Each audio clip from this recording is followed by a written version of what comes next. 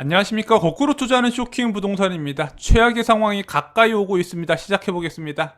자, 저희 쇼킹 부동산은 작년 말부터 물가의 중요성을 강조드렸습니다. 일본의 부동산 버블 붕괴, 미국 부동산 버블 모두 저물가와 고물가의 반복에서 발생을 했고, 대한민국에서도 부동산 버블 붕괴 가능성에 이 물가가 기여할 가능성이 크다고 말씀을 드렸죠. 자, 그동안에 수도권 부동산 버블을 만든 저금리가 끝나려면 조건이 있습니다. 자, 기준금리 인상의 조건 3% 수준의 GDP 성장률과 2% 수준의 소비자 물가 지수 상승률이 동시에 나타나야 됩니다. 그런데 올해는요, GDP 성장률보다는 물가 상승률이 관건이에요. 자, GDP 성장률 좋을 수밖에 없습니다. 수출 산업이 지금 너무 좋아요. 3월 수출 데이터가 발표됐는데 역대 최고치를 기록했습니다. 1월, 2월 다 두 자릿수 상승세가 나왔어요. 수출 시장 전업 중에서 이렇게 좋았던 적이 제가 알기로는 2010년 이후에 처음이라고 생각합니다. 당연히 수출이 좋다 보면 기업에서 대규모 투자에 나설 거예요. 2018년에 미중 무역 전쟁 그리고 2020년에 코로나19로 3년 가까이 이제 세계 경제가 침체를 맞았다가 지금 한꺼번에 그 수요가 폭발을 하고 있다는 거죠. GDP 성장률이 안 좋을 수가 없어요. 그러면은 이 물가 상승률만 받쳐준다면요, 금리 인상이 당초보다 빨라질 것이고 또한 자주 진행될 수 있다는 부분이죠. 자, 그럼 이렇게 물가 상승률이 중요한 상황에서 오늘 3월 소비자 물가 지수가 발표가 됐습니다. 1.5%가 나왔어요. 시장의 전망치 1.4%보다 더 초과 달성했습니다. 3개월 연속 시장 전망치보다 지금 높게 나오고 있어요. 자, 이 1.5% 소비자 물가 상승률 2020년 1월 이후의 최고치입니다. 자, 한국에서 소비자 물가 상승률 1.5%면요, 굉장히 높은 수치예요. 왜냐면은 작년 1월에 1.5% 잠깐 달성하고 나서 그 전에 언제 이 정도 수준까지 올라갔나 봤더니 2018년 12월입니다. 2019년에는 무역 전쟁 그리고 2020년에 코로나19로 저물가가 장기화가 됐거든요. 왜냐면은 이런 이제 커다란 경제 위기 상황이 오게 되면 유가부터 이제 내리꽂고요. 원자재 가격마저도 같이 하락 폭락을 해버리기 때문에 전반적인 생산자 물가지수 하락, 소비자 물가지수 하락이 동반됩니다. 그래서 저물가가 고착화가 되고 저물가가 나오니까 저금리가 나오는 거고 부동산 급등이 나와요. 그래서 경제 위기가 오히려 부동산 가격을 올립니다. 그럼 반대로 경제 호황이 부동산 가격을 떨어뜨린다는 거죠. 그래서 2012년과 2013년 부동산 시장의 대침체는요, 2010년과 2011년의 호황에 기반하고 있다는 겁니다. 자, 그런데 3월 데이터가요, 2018년 12월 이후에 최고치를 기록한 거예요.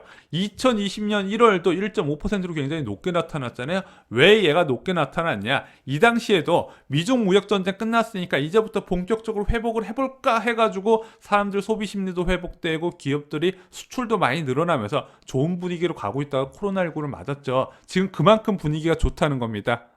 자, 그런데 3월 CPI는 큰 의미가 있습니다. 왜냐면은 작년 3월 수치하고 비교를 했을 때 생각보다 높게 나타났다는 거예요. 작년에 3월에 1.0%였는데 올해 1.3%네. 작년 3월보다 훨씬 좋네. 그런 의미가 있고요. 또 하나, 유가의 영향을 제한적으로 받았어요. 작년 3월과 올해 3월에 휘발유 가격이 그렇게 많이까지 차이가 안 나거든요. 그래서 이 두 가지 요인으로 인해서 생각보다 높게 나왔네. 그러면은 우와, 2분기 때는 장난 아니겠다 싶은 거죠.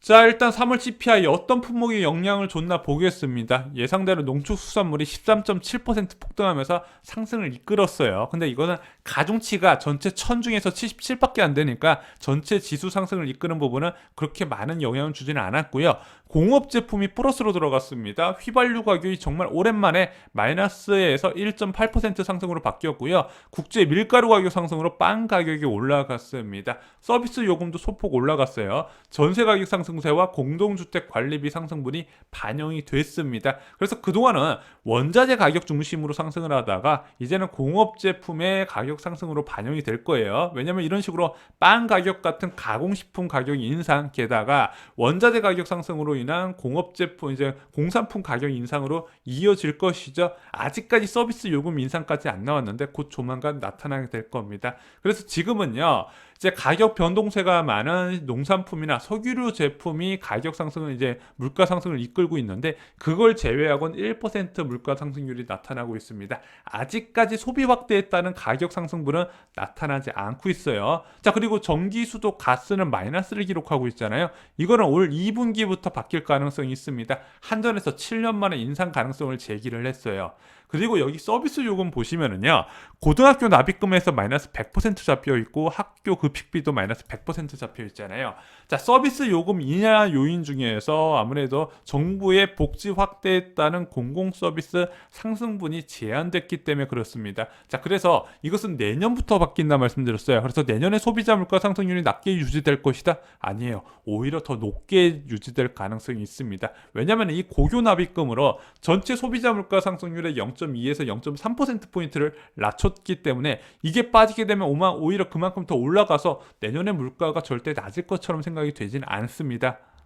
그래서 현재 물가 상승률은요, 공급층 요인에 따른 변화예요. 수요 증가에 따른 가격 상승은 아직 나타나고 있지 않습니다. 원자재 가격 급등이 아직 소비자 가격에 덜 반영이 됐어요. 이것도 수요가 있어야 올릴 수 있죠. 생산자 물가는 오를 수 있겠지만 최종 소비자 물가 상승률 반영까지는 시간이 더 필요합니다. 수요가 빨리 와야 되는데 문제는 이게 수요 회복 시기가 되면 급격한 인플레 압력으로 작용한다는 부분이에요. 그럼 수요 회복은 언제가 일어난다? 당장 5월부터 계절적 요인으로 코로나19가 크게 위축될 것이고, 게다가 백신 접종이 이제 2분기, 3분기부터 점점 확대되다 보니까 수요는 계속해서 늘어난다 보시면 될 것 같아요. 그럼 한꺼번에 이 물가 상승의 압력이 뻥 터질 가능성이 있다는 거죠.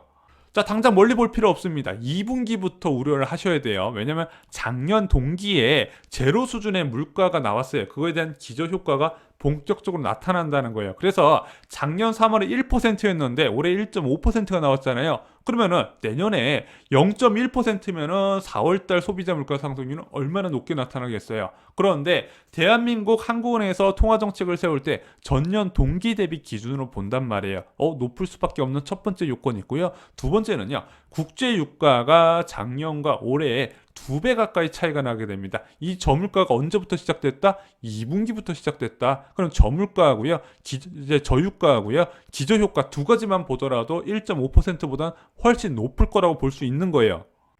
자, 한국은행에서 2분기 CPI를 얼마로 전망했을까요? 최근에 이주환공은행 총재가 언론과의 접촉해서 조기 금리 인상 가능성 없다 그러면서 인플레이션 우려도 일축을 했어요. 2분기에는 1% 후반이 예상되고 3, 4분기 때는 1% 중후반이 나타나기 때문에 한국은행 물가 상승률 목표치 2% 미달로 금리 인상 없다고 이야기를 한 겁니다. 그런데 벌써 3월 달에 1.5%를 달성했어요. 그러면은 2분기 때 과연 1% 후반 1.98 뭐 이런 식으로 나올까요? 저는 훨씬 높게 나타날 거라고 생각합니다. 자, 왜 이주환군의 총재는 금리 인상 없다고 이야기했을까요?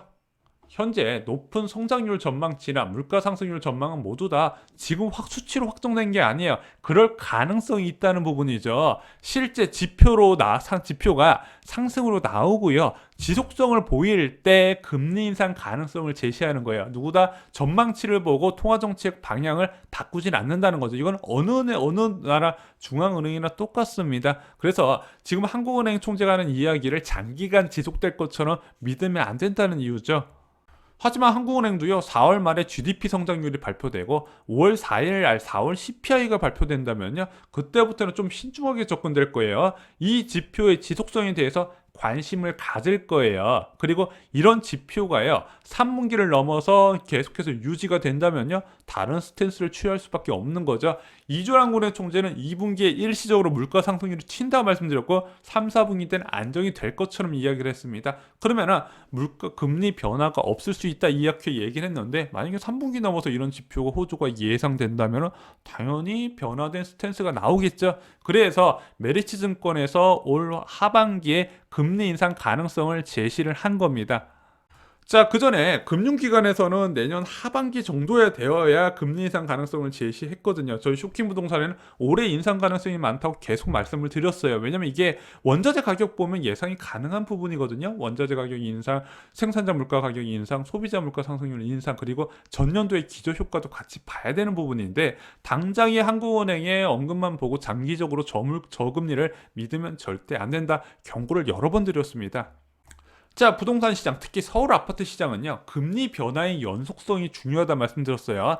당장 금리 인상 한번 한다고 부동산 가격이 폭락하진 않지만 그 금리 인상 횟수가 굉장히 자주 빈번하게 짧은 간격으로 일어난다면요, 부동산 시장에 이거보다 큰 영향을 주는 것은 없습니다. 자, 여러분들 왜 시중에 매물이 적을까요? 간단합니다. 많은 매도자가요, 낮은 예금금리에 현금 확보를 꺼려요. 내가 이것을 팔아서 이익 5억 남겼다 칩시다. 10억 현금 받아서 이걸 어디다 쓰냐 이거예요. 현금을 꺼리는 이유가 이 낮은 예금금리에 있다는 부분이죠. 그러면 예금금리가 올라가게 된다면 그때부터 다른 스탠스가 나타난다는 거, 현금의 가치가 귀해질 때 상대적으로 부동산 가치가 낮아진다는 거고 잊지 마시기 바랍니다. 이상은 쇼킹 부동산 마칩니다. 좋아요, 구독, 공유 꼭 부탁드립니다. 감사합니다.